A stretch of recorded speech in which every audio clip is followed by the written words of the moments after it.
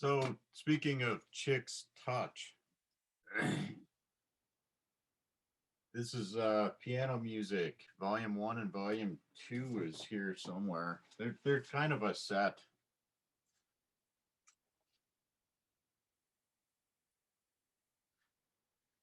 Hmm. So, he is one of my, if not maybe my favorite acoustic piano player, which, most people Is he though, or is don't is get it Keith that. Jarrett? Huh? Is it him or is it Keith Jarrett?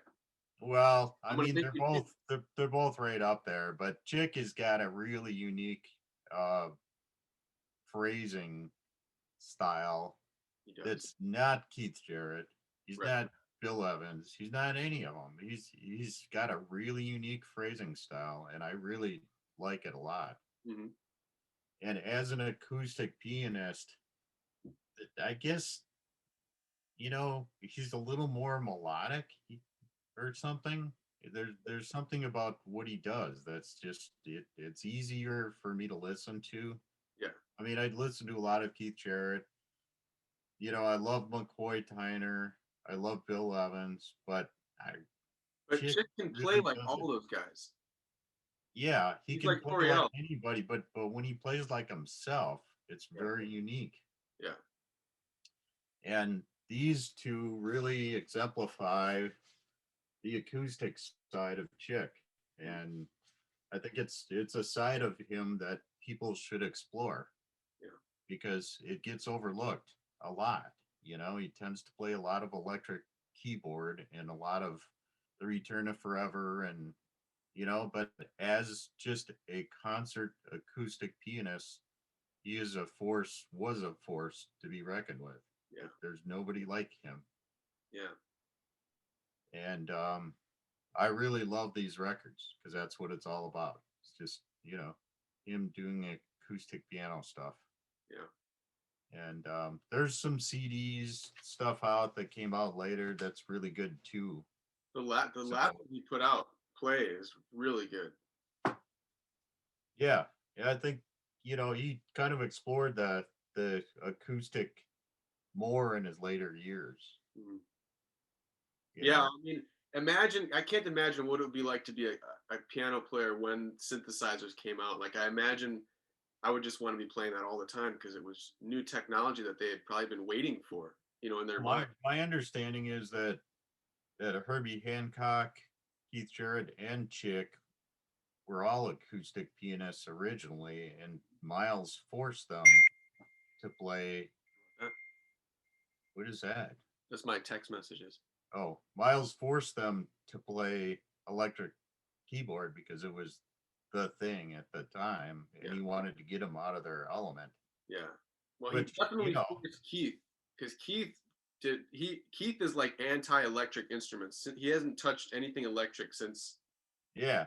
Bitches Brew, probably. But Chick did. Chick played a lot of like kind of Fender Rhodes type stuff, and Mhm. you know, um, but I think Miles was really he had an instinctive way of getting people out of their comfort zone, and that's what he did with all three of them. But particularly Chick. You know, Yeah, I'm gonna find an excuse to show off this record in every episode we do from now on. yeah, I know you are. You showed it in every episode we've done. But it's a great example. You have We did Herbie and Chick on here playing electric piano on the same on the same track. when we did a country episode. You showed that. I didn't, but I probably will. Yeah. Yeah. Um, I think what makes Chick so special in his solo piano, his editing, I think his self editing is better than Keith. Keith's, and I love Keith's piano playing, but Well, it's not what everything Keith's that he about. You know, what? that's not what Keith's about. No, Keith Keith's is about everything that stream of consciousness yeah, and basically documenting the stream of consciousness. right. And Chick He is did, like he you did a great hear job of doing that. You yes, know. and nobody does it better than he does. But Yeah. Chick. When you listen to a recording, you hear a completely finished, total like edited, polished piece of music. Unless that's not what he wants to do, but in most cases, that's what you hear from a Chick improvisation. Well, he's very precise about the way he structures his parts. Yeah. Like I said Oh, before, his phrasing style is very unique. It's very articulate.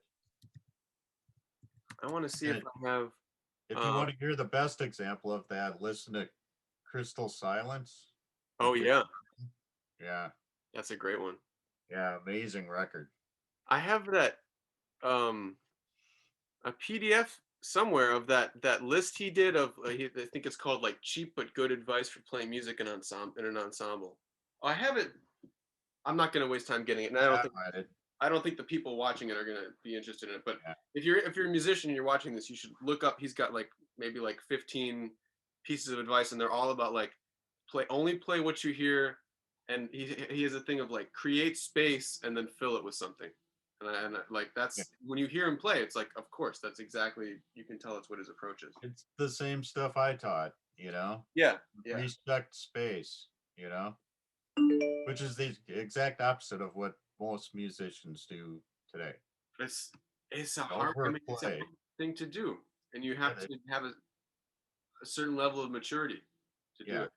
Yeah, Well, Miles was all about respecting the space too, and I think he said something like the space in between the notes is just as important as the notes. yeah, and I'm still that's the thing I'm still working on to really. I know that I haven't totally cracked that nut yet. You know what I mean? Like I understand it intellectually, but I know there's going to be a moment when I'm listening or I'm playing, and I like it really like You're getting close.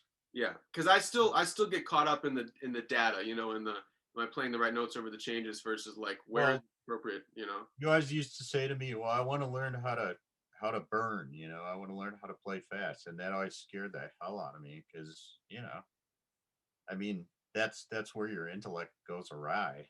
Yeah, Then it becomes a sport, right. But and you can, but you Chick, know, I mean, Chick was an example instead of that you an art can, form. yeah. But Chick was an example that you can get to that technical level, and at while he's developing that, also be developing his musical maturity to know when that's an appropriate thing to do and when it's not. You Yeah, know, it's and Keith another Jarrett as tremendous. well. Yeah, Keith Jarrett could play fast, but he usually didn't. Usually chose not to. yeah, right, He was a master at feeding you just the right amount of information at the right time. right. And Chick was kind of like that too. But Chick was a lot more detailed. He was a lot. He could be notier, but his parts were always very structured and very specific. Yeah, yeah. I read an interview with Coriel like 2 or 3 days ago, and he was talking about because I guess he played with Miles for a brief time. I don't know if it was ever on record or not, but he played with Miles. He said Miles told him never finish a phrase. That's been That's like interesting. torturing me for like 3 days. I'm like, what the hell does he mean never finish a phrase? Because obviously you have to like they have like Miles. The way he ended phrases was like the best part about him. Like he would always end on some note that you're just like, oh my gosh, what a like he would close it up. But what does that mean? Never finish a phrase. Well, I'll tell you exactly what it meant. It meant don't get too married to your preconceived ideas. Yeah, You know. yeah. So here's my last chick pick. Okay. Oh yeah, My Spanish Heart. yeah. You got to put that in there. Yeah, this is a great album. You know, very flamenco, I guess, Hmm. influenced. But yeah, just some wonderful melodies on here. Um, the band on here: Steve Gadd on drums, Stanley Clark, Jean-Luc Ponty, Don Elias, Gil Moran on vocals. Yeah, That's phenomenal band. yeah. Isn't there a quartet on that record too? Like a string quartet? Or am I thinking of a different record? There is a horns. Yeah, there is. There's a string Yeah. quartet and a horn section. It's kind of like a chamber record almost, Kind of, but it's but it's very, yeah, you know, they're very Spanish, as you would expect. You Yeah. know, I mean, I don't get that from the record cover at all, but like, it's almost kind of got some classical elements to it as well. yeah. You know, so yeah, there is a string quartet and there's a four-piece horn section. Mhm. So two trumpets, actually three trumpets, and a trombone. Hmm. But if you haven't listened to this, you got to sit down and listen to it. It's just a beautiful record. Yeah. Yeah. He had a connection with Spanish music that was very special.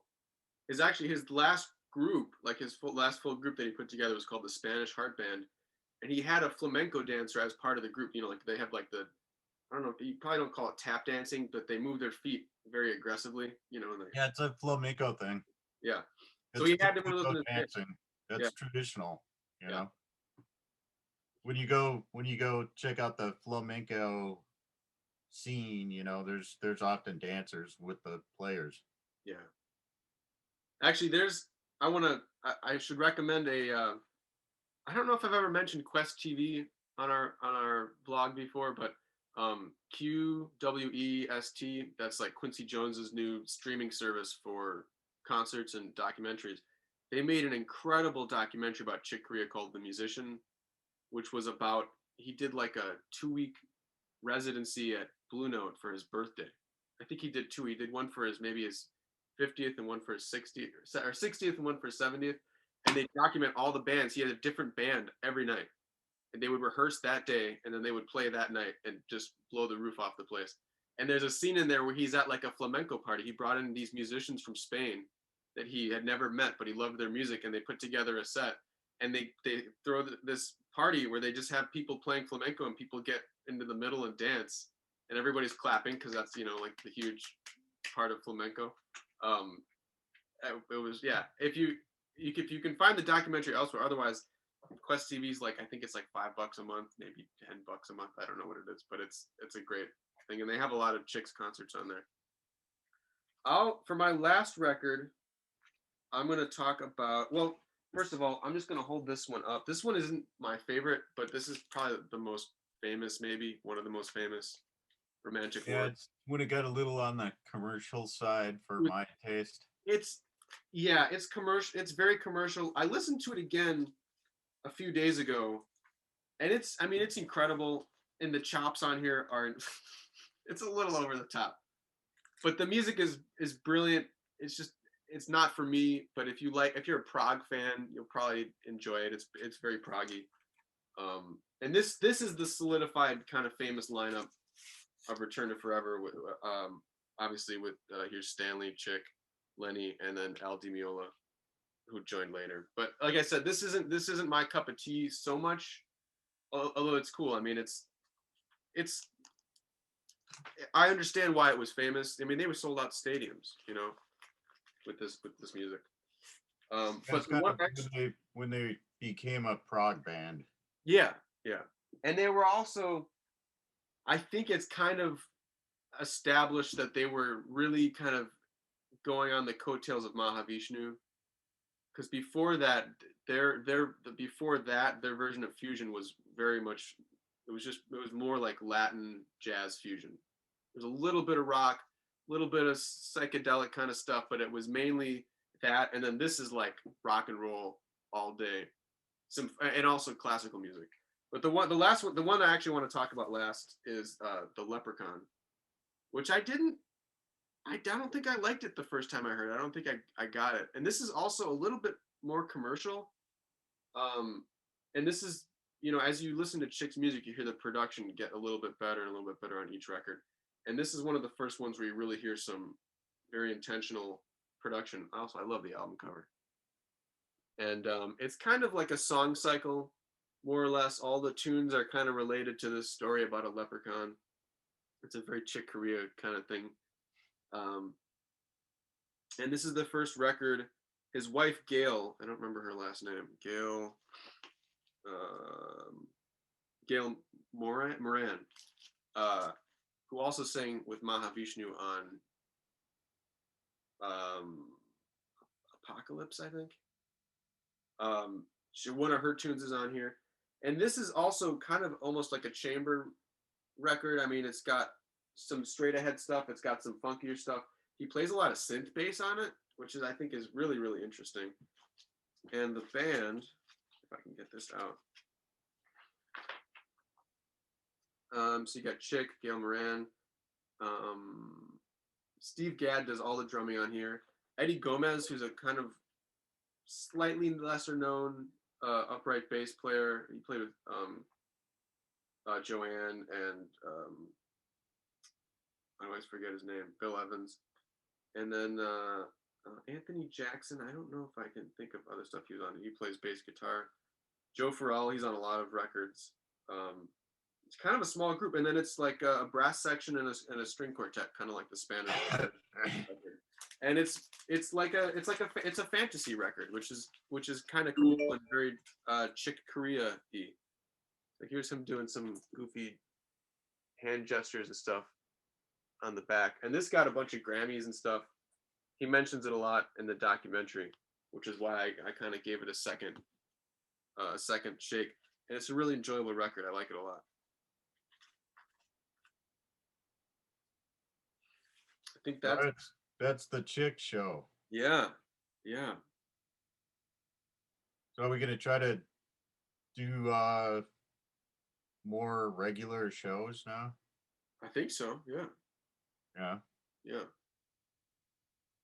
Kind of took some time off. We did. I've had a whirlwind of stuff going on, which the viewers don't care about. You guys just want content, and I understand that. You know, we're getting calls every day. When's the new Deep Groove's coming out? I've been sitting at my computer for 5 hours today. You know, but we're working on it, people. You know, we want to fulfill your demands. We just, you know, we got to take care of ourselves. Also, subscribe to our channel, people. Come on. Yeah. Yeah. So. And go back and watch the other 365 episodes. Yeah. We have a lot of episodes now. Yeah. Yeah. And as we have to say in every episode, if you want to listen to some Chick Corea, but you don't have any records and you want to listen to Chick Corea the way it was intended, and what do you do? How do you take care of that problem if you don't have any Chick Corea records? You go down to Paramount Record Shop now on Thursday, Friday, and Saturday. Mm-hmm. And actually, we've got a pretty good Chick Corea section going right now. Yeah. A lot of new stuff coming in. Just bought another collection yesterday. It was all CDs, but there's some really good jazz. Yeah. Some lo-fi stuff and, CDs that are a little bit unusual. Yeah. I got this at your store. Yeah. This is like it's a compilation. I don't always do compilations because it's a retrospective. Yeah. Yeah. Yeah. I mean, it's really good. It's not just like a greatest hits of Chick Corea. It's like really, interesting selections. There's so many bands that he was in that we didn't even talk about today. The acoustic and the electric bands we didn't talk about at all. So, if you like his music, it takes a lot of digging. You got to listen to all of it. It's all interesting stuff. Yeah. So the store is just piled with stuff right now. Yeah. You can barely get in the door. You don't have to have a shovel to get in the door. The bins are overflowing. Like literally, like if you want to look in some sections, you have to like take a couple records out just to see what's in there. Yeah. But it's all good stuff. That's what's amazing. Yep. Yeah. And it keeps coming. So get down there and help us out with this problem. We have too much stuff. Yeah. Yeah. Okay. Well, I think that's a good place to stop. So thank you, Chick Corea. Thank you for the incredible music that you contributed and the just your energy and your playfulness and your adventurousness. I think it's for me, and beauty. And beauty. It makes me, it inspires me to really take time to enjoy life and be fearless. Like he's very inspiring to me. So I'm glad we did this episode. You put a lot of beauty into the world. Yeah. Yeah. All right. Well, we'll see Right. you all next time. I think our next episode is going to be on best live albums. So we'll see you all then. Yep. Bye, everybody. Bye.